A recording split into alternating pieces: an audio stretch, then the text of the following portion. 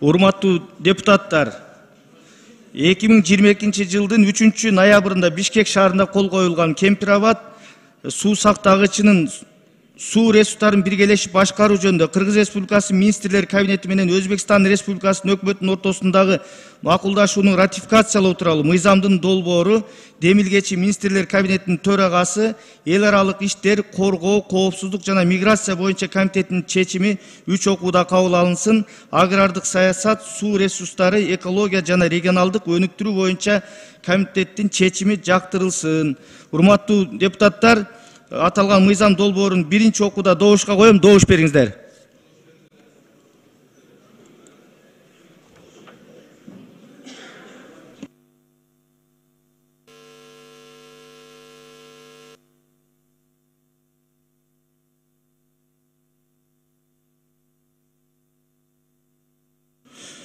Рахмат. Макул 64, каршы 18, баары 82, катталды 83 өттү. Кайра коюлбайт, жаңы регламент боюнча эсептелинет. Ушул аталган мыйзам долбоорун экинчи окууда добушка коем. Добуш бериңиздер.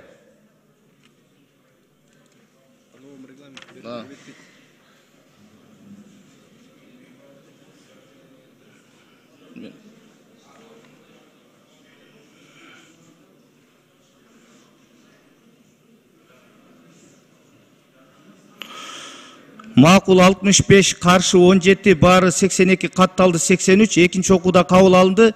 Урматтуу депутаттар, аталган мыйзам долбоорун 3-чү окууда добушка коем. Добуш бериңиздер.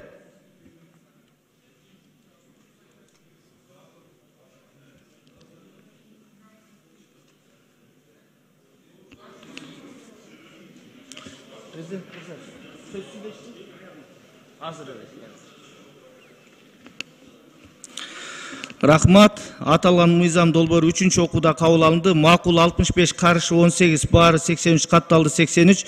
Рахмат, урматтуу депутаттар, аталган мыйзам долбоорлору кабыл алынды. Рахмат, барыңыздарды куттуктайм. Азыр. 5-чи микрофон. Бүтүн Кыргызстан Мадумаров. Азыр эле ушул жыйын башталаарда Кыргыз Республикасынын конституциясын, мыйзамдарын аткарууга ант берем, антымды буссам жазага даярмын деп министрлер убада беришти да. Биз депутаттар дагы ошондой убада бергенбиз. Мен стенограмма үчүн айтып коеюн. Жаңы регламент боюнча, урматтуу кесиптештер, чек араны өзгөртүү жөнүндөгү мыйзамдар 3 окуудан кем эмес каралат. Ар бир окуунун ортосунда 10 күндөн кем эмес убакыт өтөт деп турат. 10 секунд деп турган жок ал жерде. Бул дагы менин талабым эмес, урматтуу жакшылар. Бул дагы регламенттин талабы. Азыр айтасыңар, өзгөчө абал болгондо дагы социалдык экономикалык маселе каралганда. Бул мамлекеттик чек ара өзгөрүп атат. Мамлекеттик чек ара жөнүндөгү мыйзамдар 3төн кем эмес, керек болсо 4-чү окууга барат деп турат. Карап көрүңүздөр. Эмне үчүн мыйзам чыгаруучу ушундай оор процедураны киргизип койгон? Чек арага шашпагыла деп киргизген. Карагыла, кылдаттык менен изилдеп чыккыла деп ушул нормаларды киргизген. Биз азыр 5 мүнөттүн ичинде 3 окуудан ала салдык. Бул да мыйзамсыз. Бул да мыйзамсыз. Садыр Нуркожоевич биздин мамлекетте мыйзамдуулук үстөмдүүлүк кылат деп айтып келатасыз. Мыйзамдуулук үстөмдүүлүк кылса, мына ушул туура эмес болуп калыптыр, кечирип койгула, көбүрөөк аракет жасап коюптурбуз. Биринчи окуудан кабыл алдык, экинчи окууга даярдык көргүлө деп коюшуңузга керек. Себеп конституциянын кепили өзүңүзсүз. Мына ушул норма мен кабыл алган эмесмин, дагы бир жолу айтам. Мына ушул норма турат. Биринчи, экинчи окуунун ортосунда 10 күндөн кем эмес убакыт, бирок 30 күндөн ашык эмес деп турат. Муну каяка алып барабыз? Буга эмне дейбиз? Кандай кылабыз? Мен муну дагы стенограмма үчүн айтып койдум. Келечектеги урпактардын алдында биздин ата бабаларыбыз канчалык мыйзамды сыйлагандыгына бир көргөзмө куралы болуп калсын. Аман болгула. Анан аягында айтарым. чегараны чечкендер мен үчүн баатыр деп көп киши айтты. Кытай менен чечип койгон депутаттардын баарына баатыр наамын берүүнү сунуштайм. Казакстан менен анда 105 элек, Кытай менен чечкенде Казакстан менен маселени чечкен, чегараны чечкен 90 депутатка дагы кыргыз эл баатыры деген наамды берип коюшуңуздарды сунуштайм.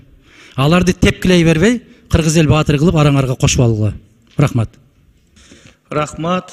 Урматтуу депутаттар, албетте бул өтө орчундуу, маанилүү маселе болгондон кийин бул жерде талаш тартыштын болушу мыйзам ченемдүү көрүнүш. Ар ким өзүнүн сөзүн, пикирин, оюн, добушун берүүгө акылуу, баарына жетиштүү түрдө убакыттагы сөз да берилди. Эч ким капа болбош керек деп ойлойм. Ал эми сиз бир аз Адахан Кимсамович менин дарегиме айттыңыз, тиякты биякты карабай баш чайкаса ошого карап иш кылам. Мен эч кимдин көзүн карабайм, эч кимдин көзүн тиктебейм. Мен конституция менен регламентти гана карайм. Регламенттин талаптарын биз эске алганбыз. Сиз айткан мыйзамсыз деген учурлардын бардыгын биз эске алып, ошонун негизинде алып бардык. Эч кандай мыйзам бузуу болгон жок. Бардыгы регламенттин чегинде болду. Мен муну стенограмма үчүн айтып коеюн.